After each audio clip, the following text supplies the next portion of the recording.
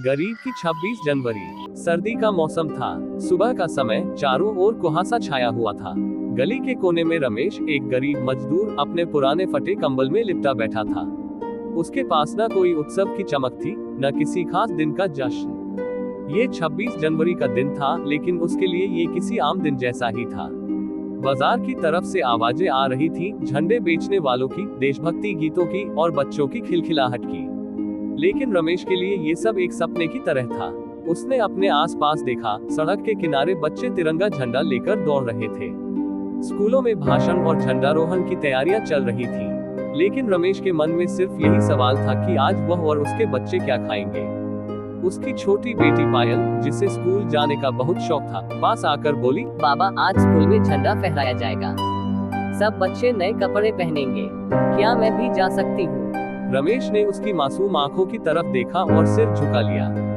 उसके पास तो अपनी बेटी को नए कपड़े देने या स्कूल भेजने तक के पैसे नहीं थे।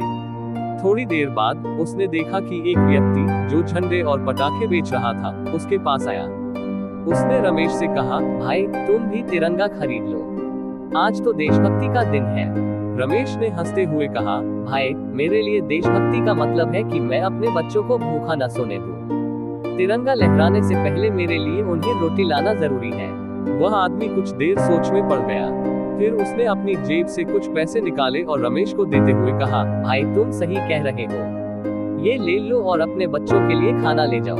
यही असली देशभक्ति है। रमेश की आंखों में आंसू थे। उसने पैसे से पास की दुकान से कुछ रोटी और सब्जी खरीदी और घर आकर अपने बच्चों के साथ खाना खाया। उस दिन उसने महसूस किया कि 26 जनवरी का मतलब सिर्फ तिरंगा फहराना और परेड देखना नहीं है, बल्कि एक दूसरे की मदद करना और जरूरतमंदों का साथ देना भी असली देशभक्ति है। उसकी बेटी पायल ने कहा, बाबा, जब मैं बड़ी हो जाऊंगी तो मैं सब गरीब बच्चों के लिए स्कूल खोलूंगी। रमेश ने उसे गले से लगा लिया और सोचने लगा कि शायद उसके बच्चों का भविष्य ही उसकी असली आजादी का दिन होगा।